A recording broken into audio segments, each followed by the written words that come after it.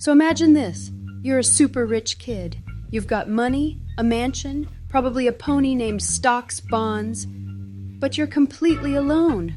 No family, no real friends. Just a butler who probably charges you emotional rent. Yeah. Merry Christmas.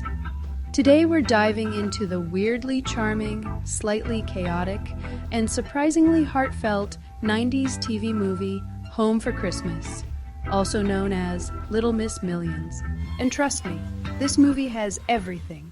A runaway rich kid, a fake family, a con man with questionable morals, and a Christmas spirit that hits you like a fruitcake to the face. Let's break it down, scene by scene. We open with Heather Lofton, played by a very young Jennifer Love Hewitt. And right away you realize Heather is loaded like, I own companies and don't know what they do, loaded. Her parents? Gone. Her guardians? Basically corporate robots. Her life? Emotionally bankrupt, financially thriving. She lives in this massive mansion that feels less like a home and more like a hotel where happiness checked out years ago. And Jennifer Love Hewitt plays this beautifully. She's not bratty. She's not spoiled. She's just lonely. You can see it in her expressions. She wants something money can't buy. A real family. So Heather does what any emotionally neglected millionaire child would do. She runs away. But not just to find herself. No. She's going shopping. For a family. Now we meet Nick Frost, played by Howard Hesseman. And oh boy, Nick is not your typical Christmas movie hero. He's broke, kind of shady, a little sarcastic, and very good at cutting corners in life. Basically, if Santa had a cousin who owed him money, it'd be Nick. Who is Nick Frost?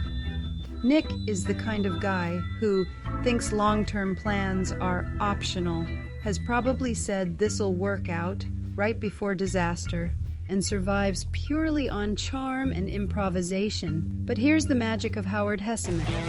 Santa, Merry Christmas. When Nick is doing something completely ridiculous, you're like, okay, I shouldn't trust this guy, but I kinda do. Nick is called in by Sybil Lofton, Heather's mom, to help find her daughter who ran away, and he'll get paid a lofty sum, so Nick's thinking why not, and takes the job. He eventually cuts off Heather, and of course she doesn't trust strangers. While Nick needs to get his runaway, so he tries to convince her, and when he can't, he'll do what he needs to in order to get his job done.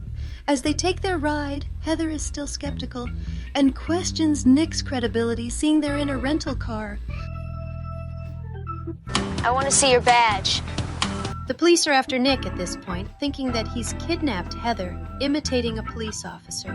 One played by James Avery, the one and only Philip Banks from Fresh Prince of Bel-Air. Nick's goal is to bring Heather back, but his first step is to get a new car, so they can't be detected. Why don't you go while your daddy signs the papers? My daddy? It's just my wife's child from an earlier marriage. After the police find out they bought the car and Heather tries to sneak away, even offering to pay Nick to let her go, though not offering near as much as her mother.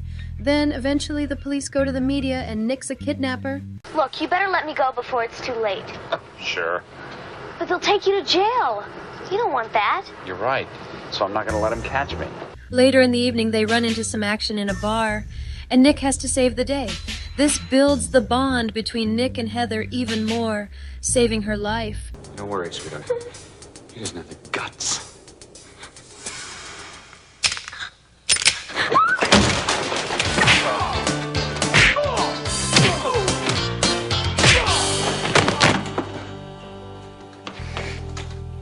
And then they carry on. But then they run into a big problem. Unfortunately, the car Nick bought was a dud. Yeah, and you had to buy this whole heap. What's the deal? Now they get stuck in the middle of nowhere. So Nick makes the decision of calling it a night as it gets stormy. I've known you for all of 12 hours, and already I hate you. Yeah, well, that goes double for me. Yeah, well, triple. And whatever comes after triple. And getting a room, Their frustration shows, but as you can see, their connection builds as well. Good night. Good night. Nick only adds to it when he takes the time to hunt for eggs after hearing chickens in the backyard and making breakfast for Heather when she wakes up, making her feel like she's actually being taken care of, so he's not so much an enemy anymore. With no car, it's time for them to hitch a ride. So Nick teaches Heather the universal gesture to hitchhike. But unfortunately, they end up hiking instead of hitching, and for a while. So, after time, Heather decides to tell Nick that she can use her own method to get them a ride. Comes your chance. Let's see how you do.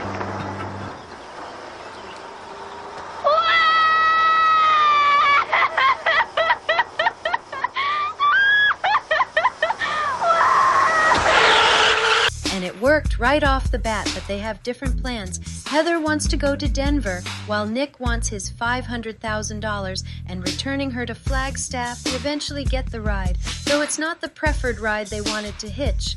How they're still thankful. Easy, Wadsworth. Yeah. Thanks for the lift, folks. Now the next step is busing on. Nick shows how urgent it is by taking the quickest bus leaving town. I hate this hat. Look. Then it starts to get exciting when the FBI officer Philip Banks or Agent Noah Holland come across Nick at the bus station. So Nick take note of who's after him and Heather. Luckily, Agent Holland just talks to him briefly and ends up leaving before Heather returns. But Frost is alert now. Don't believe I caught your name? Don't believe I threw it. McAfee. Dale McAfee. As the movie goes on, the bus ride is a pivotal moment because the two have a few in-depth conversations that show the sensitive side of Frost and for a little bond between Heather and Nick. But later in the ride, a passenger in the back starts going into labor, and Nick takes action helping her out to deliver the baby, so he directs others on the bus on what to do. Dr. Fever 2.0, Heather grows closer ever more. Pretty. I'd like to stay with you if it's all right. You'll probably go through this someday yourself, Princess. You make it sound so simple. It is fairly basic. On that level, we're just here to let her know that she's not alone. Then comes the absolute most pivotal moments of the movie. Heather asks Nick about his personal life and if he's ever been in love. He's been a lonely guy who hasn't quite had good luck. When Nick asks Heather about her life, she talks about her parents and how her father passed away, leaving her to both her mother and Sybil, the employer of Nick. But her mom had to give her up to Sybil, who Heather doesn't even love. Anyway, my real mother needed money because someone was very sick.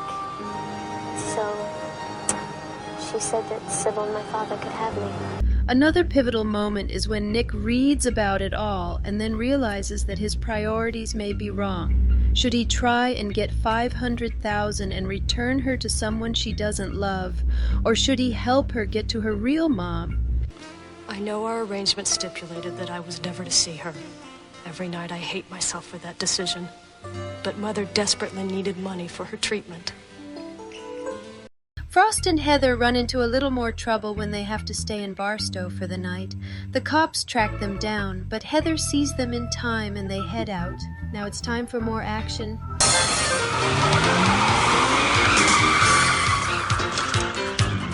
Oh, this is so cool! Can we go any faster? I'm trying. Luckily, they make it away from the cops and Heather's having some fun and a whole nother person. Later on, Nick makes it over to Sybil Lofton to give her the breakdown that he's in on her scheme of taking money from Heather and he's not falling for it. It's a computer printout of Heather's bank statements.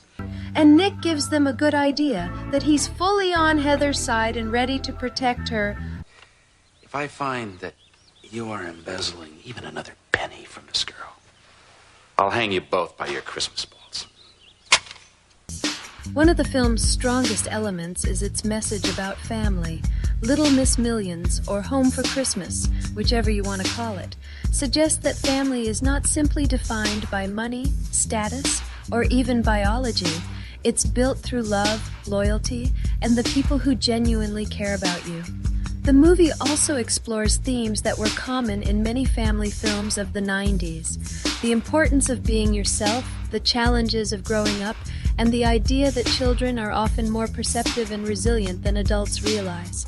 Though this was a forgotten film of its time, and somewhat predictable at times, it's still a sweet movie with laughs and worth watching for Howard's witty personality as we know him, and Jennifer Love Hewitt's second film. Now, how does the film finally end? Well, remember, Nick had one goal after reading Heather's letter.